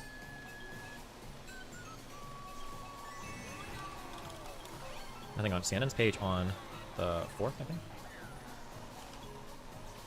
The horseshoe once again materializing. Also, I love how conservatives are now wearing masks for HCL and not for COVID. On the 6th, I see a top story on CNN. So it was at the very least on the 6th, if not sometime on the 4th or 5th. And then nothing on the 8th. I feel like this is, from my very tepid engagement with this story, this is what it feels like to me. And I could be wrong, but it feels like CNN February 11th. Well, here I see February 6th. CNN had a story about it. So clearly, there was media reporting it. But this is what I feel like happened. Here's what I feel like happened. Somebody correct me if I'm wrong. I feel like the train derailment happened. I feel like nobody cares for 2 reasons. 1, train derailment. 2, Ohio. And then I feel like there was a video that got viral, like 2 weeks later, with the guy in the cloud. And he was like, and then once that happened, everybody looked at the social media like, oh my god, what's happening? This is crazy. Nobody's reporting it. Nobody's cared. What's going on? And then everybody's like, the media reported it. But it feels like the reality is that, like, nobody ever cared about this. But I feel like it was literally that video of the guy screaming at the cloud. Oh, and then I think a woman holding like a dead chicken or something. Yeah, this was reported. This was on CNN on February 4th. Train derailment in Northeast Ohio. So it was reported by the media. You fucking retards just didn't fucking care about it. And now you are caring about it. Now you're crying that it wasn't like fucking wall-to-wall coverage because you guys weren't all tweeting about it. Dude, I just want to be a Stargate player. Dude, this sucks. It's so fucking stupid. Because, like, I feel like more of the story these days, just, again, that's just on my tangential engagement bouncing off of what I see on social media. It feels like the story these days isn't even about the story. It's just about the media not covering it. But the media did cover it. You guys just didn't care about it on social media. That's what it feels like, unironically. The issue is union striking for safety regulations saying this would happen. Okay, but, like, were they pushing for a regulation that would have even fixed this particular thing? Like, how many train derailments? Lauren Southern actually tweeted out, I don't know what happened to her brain. She actually tweeted out something really intelligent, which was, how many train derailments actually happen? Is this actually, like, an abnormal thing? Because I think for a few days, like, a week or 2 ago when this went big, something actually started to happen where every single day now, people are like, oh my god, train derail here, train derail here. You're like, oh my god, there's train derailments everywhere. And it's like, yeah, trains, how many fucking trains move a day in the United States? Of course, there's probably trains derailing at a, like, I doubt it never happens, you know? Does anyone know the typical amount of train derailments in the U.S. annually? Okay, so it looks like 1,740 derailments per year. It's just being reported on more fiercely now due to the nature of the Ohio derailment being significant. I can't believe she tweeted this out. That was actually mind-blowing. This is a good thought process, but yeah. In some sense, the media didn't cover it. Usually means media didn't get the straight amount of coverage that it deserved, but then it just comes back to the fact that almost okay. Yeah, the media probably covers stuff based upon how much engagement they get with it. And chances are, when no, what did happen is when the story came out, nobody really gave a f. But then it blew up on social media. Here, this would be really interesting. Oh my god. Oh my god. Oh my god. Oh my god. Oh my god, who's listening? If you work at Vice or anybody, oh my god, I have such a great fucking idea. I wonder if we could do this as a platform. I wonder if you could manufacture a narrative by going back 2 weeks, finding a local story, and then creating a TikTok about it, reacting to it. See if you can get the TikTok to blow up, and then push the idea that retroactively nobody engaged with the story and they were trying to hide it. I feel like you could do that and write a really interesting news story, like a little mini documentary about it. Like, I guarantee you that if I search hard enough, I could probably find, like, black unarmed man shot cops or whatever. Like this story. I don't know if this was reported on or whatever. Or was this big? Or police released video of repeated taser on a man who died after arrest. Was this something that got national coverage? I never remember which ones. Daryl Williams? Was this a big one? I feel like I remember the taser story. I don't know if it was this taser story. But I bet we could go back and find... This was huge. Yeah, I think the taser one... No. Oh, yes. I bet you could go back and find one of these stories. Then get a black person to go... You're ignoring this on purpose. Too much focus on evaporative... I'll look it up, my dude, but it's probably some bullshit, okay? But I bet you could go make a TikTok and say, here's a story of a blah, blah, blah, blah, blah. And then you exaggerate the fuck out of it because half these fuckers lie anyway. This guy had a family, blah, blah, blah. Cops killed him. Why isn't the media talking about this? And then I bet you could drum up a whole bunch of hype, and then everybody's gonna be fixated on the story. I bet you could literally lead, if you could get one, you just have to get one viral TikTok on it. Guaranteed. What is a dioxin?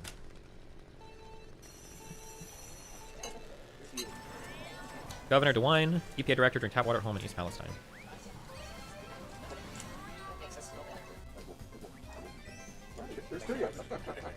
Okay.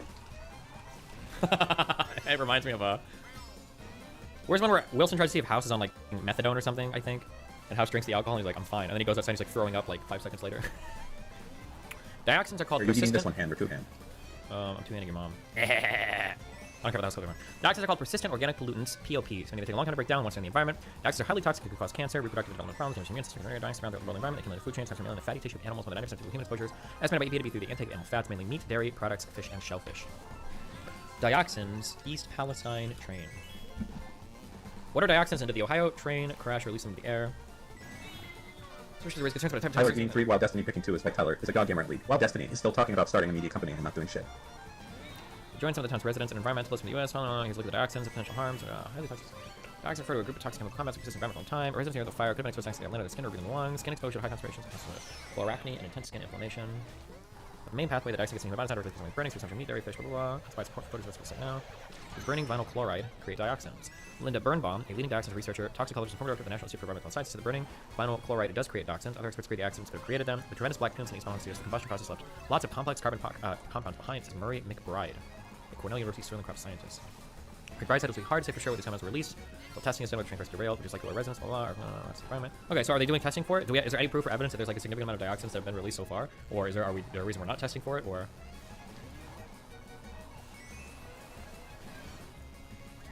you have to click.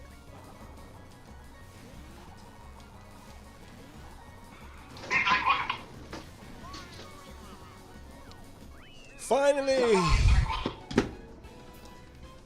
Oh, only an hour and 10 minutes, plus yesterday. Oh my god! Yeah, he threw that card at her. He definitely just threw a card at her. I don't know why. Lady bumping man with her cart repeatedly. Lil bro's got some anger issues. Look up Breaking Point's water, East Palestine. This is where you get your news from? Okay, well, let's see what they have to say. In Ohio, we've of course been covering the aftermath of that train derailment and their decision to do a quote-unquote controlled release, which was a giant fireball of toxic chemicals that has had lingering impacts on the community and that politicians have been very slow to react to. All right, so backdrop is... When I hear, so just as I'm listening to media, these are statements I'm always critical of. So she said it had lingering impacts on the community. How? What kind? Like dead animals? Were people going to the hospital? I wonder what those... Sure, it would be nice if she gave us like one more sentence there to engage with, but okay. Remember, we track this very closely. Lever News has done the best coverage of detailing the way that industry corruption has consistently stripped safety regulations, starting with the Obama administration, who sort of buckled under pressure and limited the scope of the new safety regulations that they were putting in place. Then Trump arguably did the most damage by completely rolling back even some of the safety regs that the Obama administration had put in place, in particular with regards to this braking system. You have the Biden administration maintains its status quo and, of course, joins with Republicans to crush the workers' movement that was trying to raise concerns, safety concerns, specifically, about potential incidents like this. So Trump's hands are not clean on this issue whatsoever, quite the opposite. However, man knows how to spot a political opportunity, and while Joe Biden was in Ukraine, Trump traveled to East Palestine. Here's what he had to say. We're bringing thousands of bottles of water, Trump water, actually, most of it. Some of it we had to go to a much lesser quality water. You want to get those Trump bottles, I think, more than anybody else. But we're bringing a lot of water, thousands of bottles, and we have it in trucks, and we brought some on my plane today. Norfolk Southern needs to fulfill its responsibilities and obligations, and I see that they're starting to come here now, too, because they also were saying they're not coming.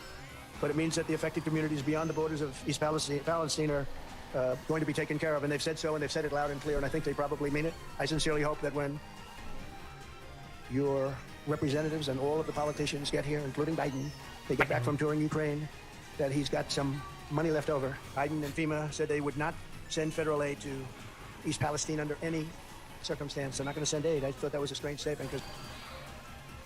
Let's look that up. FEMA, East Palestine, Ohio. You think it's bad luck for Biden to not go to Ohio? I don't know. I guess he needs to know. I mean, if something blows up big enough on Twitter or TikTok, Twitter is literally real life now, so yeah, I guess you kind of have to. Multiple federal agencies supporting East Palestine, contrary to partisan claims. FEMA officials provide updated East Palestine train derailment recovery efforts.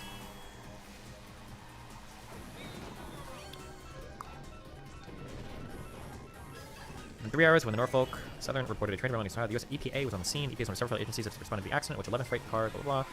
3 days after the crash, rail workers emptied about 150,000 gallons of vinyl chloride and burned it in the control release. The crash and chemical release prompted an evacuation by residents and necessitated ongoing monitoring of air and water quality. The derailment was likely caused by an overheated wheel bearing, according to a preliminary report by the National Transportation Safety Board. Despite the visible presence of federal workers there, partisan commentators and some politicians suggest that President Joe Biden's administration denied aid. Many who are making the claim that compared the response in Ohio with Biden's recent visit to Ukraine, a response to $1 million military aid. Okay, so is it just... Watch the interview that the governor and state representatives gave Republicans, by the way, saying how the federal government is providing everything that they've asked for. I don't know where the link is. Working with Watch the interview that the governor and state representatives give Republicans, ETW, saying how the federal government is providing everything that they have asked for. Thanks, Chief. Great with us with the tornadoes, the hurricanes, and things.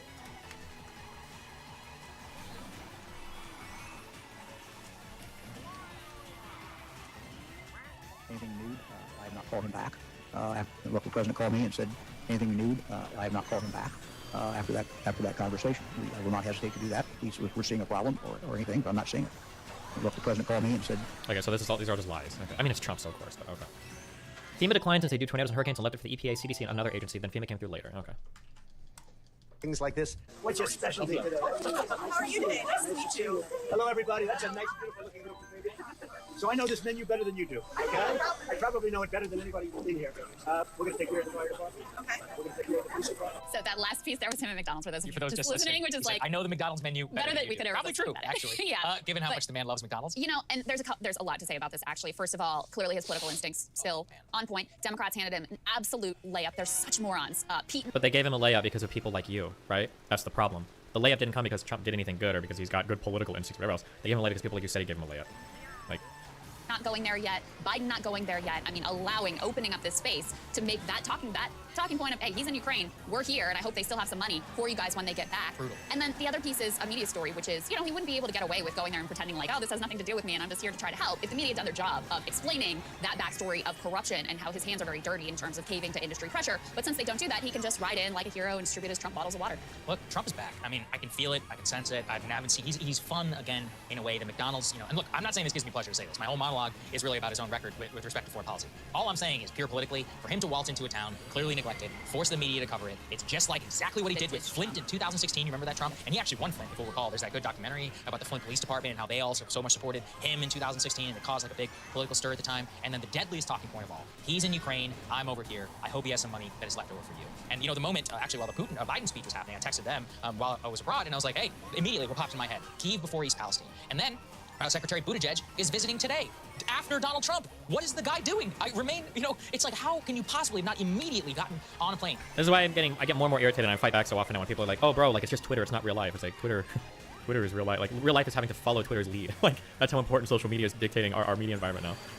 Now the President Biden has yet to put out any full comments or anything on East Palestine. There's no announced visit. Yeah. Where is Kamala Harris? I mean, it sends somebody. Like, at the very least, Buttigieg was supposed to. He should have been there a week ago, if you think about it. Maybe least, more, 9-10 days ago. Yeah. He should have been one of the very first people on the ground with FEMA director. She should have had Ohio governor and all those people right next to him. Be like, I'm taking charge. I'm not leaving East Palestine until this is all done. Where is he? Oh, I know where he is. He's here in Washington taking personal time. I'll tell you later. Yeah, we'll tell you about later. When he got mad at a reporter for actually asking him when he was going to visit East Palestine. Well, and here's another piece: is the Republican governor of the state, Mike DeWine, does not come out looking good in any of this either. He admitted before that the White House had called him and he just didn't call them back to ask for aid for the area. He also, he was. Well, it sounds like it wasn't that he was too stupid or dumb to ask. It sounded like they had the resources they needed, right? Assuming the EPA and the CDC or whatever were on the scene and ready 3 hours after it happened, unless all those news articles were just lying. But assuming that was the case, then he probably just doesn't need anything. It's just, what are you going to do? I mean, it's like they have to show up. There's probably a process that they do to alleviate whatever the disaster is, and then you move on. I don't know that if Joe Biden showing up and getting on his hands and knees to clean shit, or Pete Buttigieg showing up so that you can make gay jokes about him or whatever. I don't know how any of this shit helps other than scores points on social media. But asked a question. We've been tracking the water test results that were used to give the all clear to residents to say it's all good, you can drink the water, no problem here. And it has increasingly become clear that the EPA relied predominantly on a contractor that was paid for by Norfolk Southern themselves. So the polluters paid for these water tests that the Ohio EPA was predominantly relying on. DeWine got asked a question by this, I believe it was by our friend Rich McHugh, News Nation, now investigative reporter who we've known for quite a while, fantastic journalist who's been there on the ground who we had on the show earlier in the week. In any case, DeWine reveals he really doesn't have a clue what's going on, hands it off to the Ohio EPA director who basically confirms the outlines of that story. Let's take a listen to that. Has the EPA tested the water independently? Yes, we're testing it independently. Was it initially tested in conjunction I'd have to ask my director. The Norfolk Southern contractor did AECOM. They did their own testing. That same sample at the same time was collected by the county and sent to a separate lab. The Ohio EPA confirming to News Nation it was done in conjunction at first, but will now begin its own independent testing starting today. Pete Buttigieg announcing he will finally come here to the crash site, responding to criticism he did not visit sooner. To be clear, our department was on the ground within hours. I could have spoken out sooner, and I'm making sure that we are focused on the actions that are going to make a difference. So DeWine there's, oh yeah, we're doing our own independent testing. And then he's like, well, I don't really know. Let me get to the EPA director who's like, well, not actually. Now we're starting to do our own independent testing after they've already told people it's all safe and fine. It's a design. Biden administration and the Republican governor here have left the greatest political opening of all time. And with Buttigieg at this point, I don't know how in the hell this guy continues to have a job. And Biden himself, I mean, because he didn't go for a photo op? That's your major fuck up? That he didn't go for a photo op? Oh. Biden, you could always say his political instincts were at least better than a lot of the people in the media, right? A lot of the elites in the party. He has lost it. Clearly some of that. The idea of visiting a foreign country while you're dispensing hundreds of billions of dollars to them and literally giving the greatest talking point of all time that he cares about another country and another country's borders more. Was he not supposed to go? Wait, what? I don't understand. Oh, Zerka's server muted. I'm sorry. That's why Zerka couldn't talk.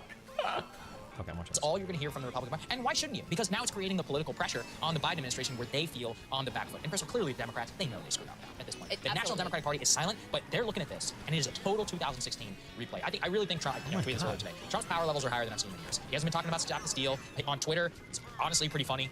or Truth, sorry. Meatball Ron is fantastic. I'm sorry, it's just the best, one of the best nicknames I've heard in a long He says time. that's fake news, Soccer. Yeah. He would never call Meatball Ron He's Meatball gonna Ron. say, you're right, I've never called Meatball Ron. Just devastating it publicly, looking at Nikki Haley, just brushing her aside, just, almost smirking at her candidacy, and then the political genius of just swaltzing into East Palestine while Biden is in Ohio. Trump water and making a joke about all that. That is vintage 2000s. He seems more shackled right now than ever. Now look, Trump is always his own worst enemy. He hasn't been talking about Stop the Steal all that much lately. If it does get indicted in Georgia, clearly, that's going to come back to the fore. So he's one of those where he has immense political talent and immense political baggage. Right now, you're seeing the talent aspect, I think, and look, if he continues, it's only going to work out even better. Yeah, and no talk about abortion from him. No, not one word about it. He's not a stupid man. You can always say that. The last thing I want to point out, which I raised yesterday, go ahead and put this up on the screen. I think we had covered before how Libby, Montana has Medicare for all because of this provision that got put into Obamacare, where if you have an area that's deemed a public health disaster, and that town had been poisoned basically because of the result of a mining operation there, but you can, if you're deemed a public health disaster, you can actually invoke this provision of Obamacare to get Medicare for life. Now listen, in my opinion, everybody deserves Medicare for all, but at the very least, these residents who we know were exposed to a known carcinogen deserve to have healthcare coverage for themselves and for their children for life. Because after the TV cameras go away and after the immediate symptoms and the smell of chemical contaminants, after that all fades, it's years down the road when we will really know the true health impacts of what ultimately happened here. And to lend myself some credibility, David Dayen sort of seconded the idea, because he's the one who flagged for me originally, back previously, that Libby, Montana had this ability and that this was something that the Biden administration could potentially use. And he said he was warming to the idea it requires a public health emergency declaration. EPA has already said to Norfolk Southern that the situation fits under a circle. I don't know what that is. HHS would then have to create a specific pilot program for East Palestine based on potential exposure. So, and he goes on to add 5,000 new people on the Medicare rolls is a rounding error. Government would have to admit the potential for harm from chemical exposure, though, which would seem to be the main hurdle, as nobody really wants to say that right now. So that's the barrier, is they don't want to admit that there was potentially damaging long-term chemical exposure here that could make them eligible for this provision. And when they admit it, they have to admit their own role in not going and trying to fix it as soon as possible. So these people, Except they were on the ground 3 hours ago. they've been screwed from day one. I'm not going to let this go, and they just can't. It's unfortunate that the Biden administration, really the media, left this open for Republicans and for independent journalism, but we're going to take it because you can't just forget these people. Yeah. It's just really not right. That's absolutely right. And to that point, we have been partnering with Status Quo on the ground. They have a journalist there who has been talking to residents over days, if not weeks at this point, talking to them about their symptoms and doing some digging in particular into those water tests. So let's get right to it. Hey guys, ready or not, 2024 is fully upon us now, and Soccer and I have been brainstorming ways that we can really up our game for this.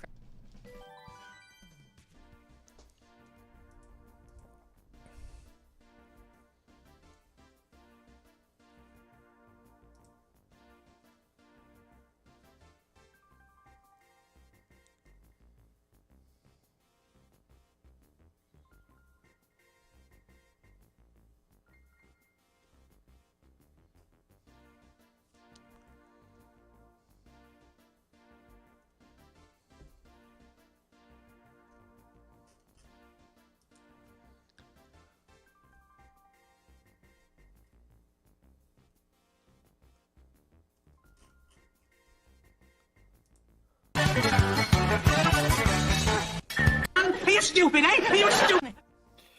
Well, welcome everyone to another edition of The Deepest Law. I'm here. How are you doing this week, Mr. D? A wizard is never early, nor is he late. Right, just what he means to. I'm good. You know, it strikes me that something happened after I finished my book that the month of February kind of threw off my schedule in major ways, all over the place.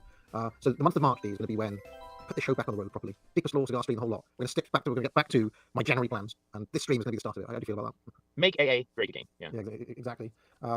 Yes. So, okay. Now, when we're not quite sure what to do on the show, we go into Dia's got, like, you know, Mary Poppins, how Mary Poppins has that bag, and she can just pull out like endless things from that bag. You have a folder of public films that is a bit like that, because we I don't know, probably like 2 years ago at this point, we had like one of these shows where we watch public films, and we've literally been living off the themes of that for ages at this point. We never run out of them, do we? I mean, I have literally like a 2 terabyte hard drive full of public domain, ephemeral, what they call ephemeral films. Because I'm a big fanatic. I love the kind of cultural and sociological mores evident in times past, and I'm quite a big 1950s admirer. So yeah, I've got tons of it. I think it's, of course, it makes very entertaining content, and it's very easy. So. Yeah, but I also feel that this kind of in situ analysis that we do, we stumble upon things we can never otherwise think about or talk about. That's why I feel like that. I feel like some of these streams have been actually quite thought-provoking in places. Oh yeah, they all have, yeah. Especially some of those ones where we're looking at like the messaging that we're giving the American public after the Second World War, where you can clearly see like global homo talking points, like one and things like that. And it's funny because going back and rewatching these, since thinking about things in a slightly different way, I think partially courtesy of your intellectual example. I've actually seen things in these films that I didn't see before. I'm thinking about them in a very different way as well, because you see it, in like most of them. You see the seeds of all of the things that become hay. You see the kind of beginning of this kind of this sort of mass messaging and this kind of priming, and it's quite terrifying in a way. Yeah, I mean, one of the things that struck me when I was writing and researching Prophets of Doomsday was Arnold Toynbee was probably the world's most famous historian in the 1950s. Certainly was in the 1940s. He kind of peaked in around the early 50s. And obviously, Toynbee was predicting, he was a prophet of doom. He was saying, there are these civilizational cycles and the trajectory we're on, there's going to be a lot of shit down the pike, and all of this material progress people keep on pointing to almost is a false signal. And, he was pointing to all of the things that we come to see. And, but he was, watching the attacks on him, they were all coming from a place of, we actually love our country, and we think the future's going to be great, so shut up, Arnold, and the counter-argument was always, you just hate this country, Toynbee. You're not patriotic enough. Actually, you should have faith that your country's going to be fantastic. And that kind of attitude of almost like unlimited optimism that Toynbee was met with, I think is something that I come to retrospectively see, especially in the 1950s. There's this kind of attitude that, we're going to march into the future and nothing's going to go wrong. And anybody who says otherwise is a pariah type thing. And I think now, from the vantage point of 2023, you can kind of look back and see how wrong-headed some of those assessments were of the optimists, I suppose. Yes, it's also very interesting how we now see this weird attempt by, certainly in America, I think in Britain as well. We saw the kind of where Boris Johnson tried to kind of revive World War II and slightly post-World War II kind of British, let's all pull together for the national cause. But yet deployed for the kind of worst reasons, COVID hysteria. And in America, the Democrats are kind of trying to do the same weird thing. We love America, rah rah rah. Love it or leave it. You've got to get behind us on. Except it's all support Ukraine, or you're like a communist Russian. It's like a weird replay of the 1950s, except completely inverted. Yeah, I mean, I put out a tweet the other day, which sometimes you put out a tweet and it just does gangbusters. Gets this one got over 1,000 likes. I consider that for us. That's a good tweet, right? For Alan McIntyre, it's just a tweet. But for us, if a tweet does over 1,000 likes, that's that's a banger type thing. And did you see that there was that bloody Ukraine protest by the what they called the donkeys or something, led by donkeys? And Emily Thornberry, who's this kind of rotund Labour politician, essentially. She's kind of typical Islington pseudo lesbian, essentially. Who is the Shadow Attorney General? God help us. She replied to the tweet showing that and said, "Made me cry." And then I quote tweeted that and said, "We're some of the country once. Now it's just a shambling mess of womanhood, crying at awful AstroTurf agit prop for a corrupt shithole in Eastern Europe. As sub-80 IQ Poles beg around for a single carrot in Asda. I hate you so much." Okay. And generally he was quite well received in our country circles, but couldn't help but notice that certain Tory boys were in my replies, basically saying if you don't like it, you can just leave type thing. And I'm just like, I mean, what sort of response is that? I mean, you're basically kind of sidestepping. It's the same tactic they used on Toynbee 70 years ago. It's not that I hate the country, I hate what it's becoming, I hate what it's become. And I'd like it to be otherwise. But the response is, oh, well, if you criticise the way things are, now you're not a patriot for some reason. Or, you should be deported. It's very odd. Anyway. In fact, I will say that it's actually much worse than it was. And people have this I love sometimes talk about the 1950s, but people have this completely media-generated image of the 1950s that is just basically a giant cliche that really doesn't reflect the reality of what was going on in either Britain or America. But I would say things are worse. I would say that we have this idea that the 1950s was a terribly repressive decade where any kind of dissent towards any official line would be met with being ostracized or worse. But it's not true. I think that's much more the case today than it was then. You're at least allowed to have policy differences then. You can't even have that now. I think about the logic of the Tory boy. What's he doing there? He's essentially defending Lukey defending Emily Thornberry. It's what's he doing? I mean, they'd rather try to have one up on people from our side of things than clearly call out the fact that somebody like Emily Thornberry should have nothing to do with politics whatsoever. I mean, in any sane normal country, someone like Emily Thornberry would be, I don't know, at best running a school somewhere. Working in a transport cap or something.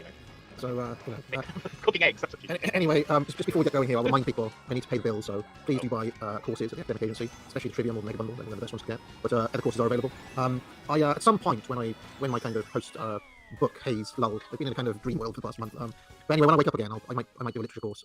Skeptical Waves has offered to help me try to recover my old lectures, so if I could find those, I could do a literature course very easily. But also at some point very soon, in the next couple of weeks, I'm going to finally do the Jordan Peterson rewrite it I'll do a special one-off stream as a kind of long advert for Foundations of rewriting the Conservative Manifesto by Jordan Peterson. One of the worst pieces of writing I've ever read in my entire life. I mean, good luck to you, because it's So anything you'd like to plug, D, before we Herculean task.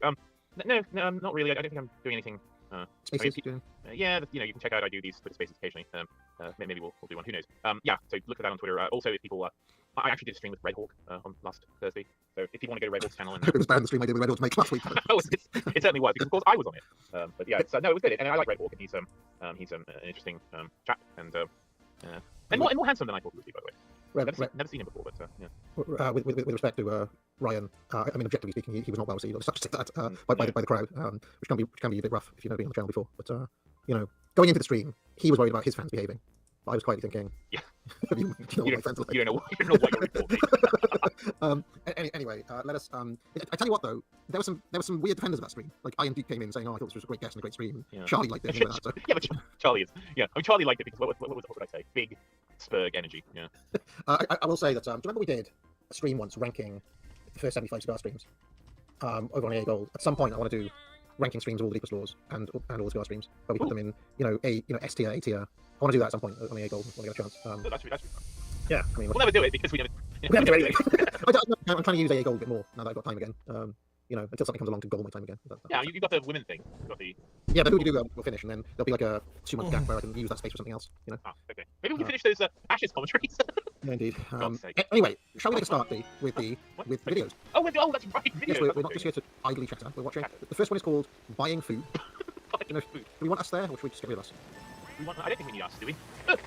No, let's get rid of us. But are you doing that thing where we're, starting on 3? Okay. Boy, that was... Yeah, exactly, Mr. Bloke. It will function as a guide to all of the... Because, coming into the channel nowadays, right, you're faced with basically like a mountain.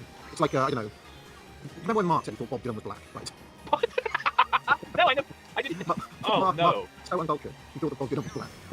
But can you imagine being Mark and facing, like, the enormous mountain of Bob Dylan's work? I think, how do I get into it? Yeah. Somebody coming to the channel now faces that, we've just got these hundreds and hundreds of streams and videos made. So... Yeah. And they think we're black. Yeah. And they think certainly think I'm black. So, let's not get into the etymology of our arms. No, okay. No. All right. Buying food, because none of us know how to buy food, and so we need a film to tell us how to buy food. This is an American film from 1950. So in 1950, they had public information films on how to buy food. Brilliant. Okay, on 3D. Okay, 3, 2, 1, and go. Oh, look at the hammer and signal in their eye. Beware. Yeah, what's that communist symbol there? I don't know what that was. From the University of Kansas. I don't know much about that. Professor Centron Corporation, Lawrence, Kansas. I'm sorry, but already it's a better world. Taking a walk down that street. Yeah, she's a housewife. There's nothing to be ashamed of. It's the most important role. Look, this picture of order.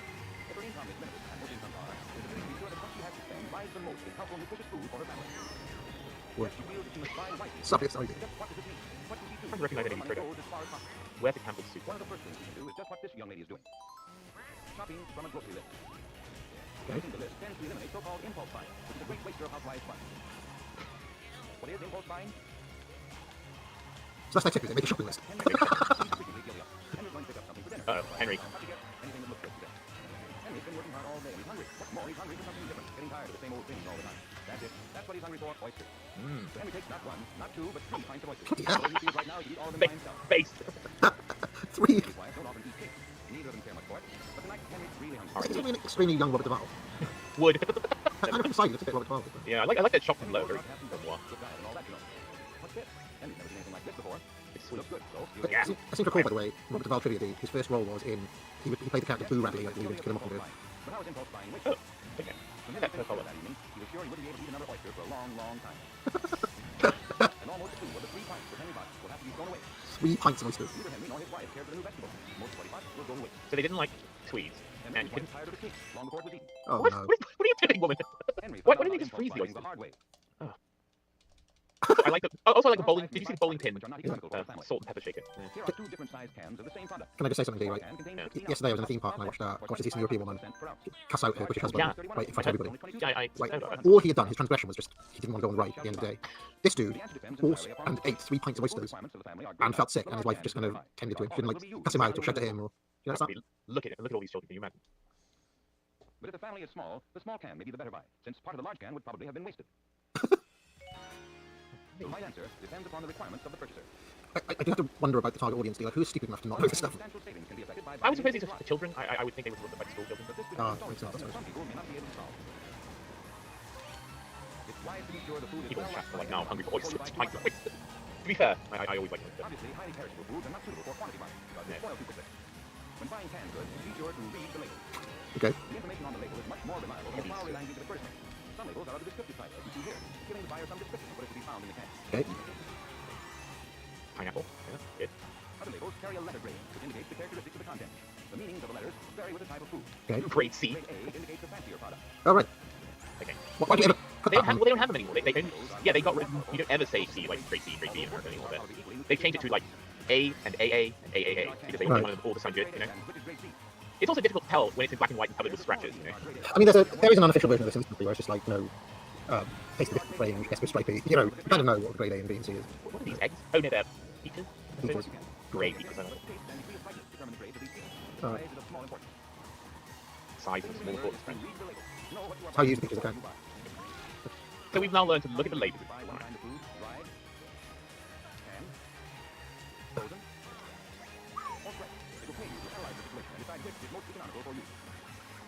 This is like the media level stuff. I mean, I don't believe it's for kids. I believe they were just aimed it at genuinely thought the public was stupid. In fairness, they probably are. Oh, there's a bus driving through my store room. Train pills? And that's, by the way, that's no longer the case. There's no real price difference when you buy strawberries at any time of year anymore. No. Same all year round, right? Yeah, a lot of this is, yes. I mean, this was back, you know, all the kind of organic hipsters should have loved this because it was getting all seasoned, everything was seasoned. There you go. See, this is like you know, trad lifestyle hipster now. You know, everyone's canning. Of course, in this day and age, with homosexual youth, she would have to open the jars for the boys, for the men. Yeah, I mean, look at her. Because they wouldn't be able to open the jars themselves. No, absolutely not. You think Columbus opened the jar? No. Well, they're too busy looking at that bloody Greek, that bloody tomboy girl. And Eudaimonia, so yeah. You gotta get the oysters. Oh my god. I can't be asked. Well, I call it grand rather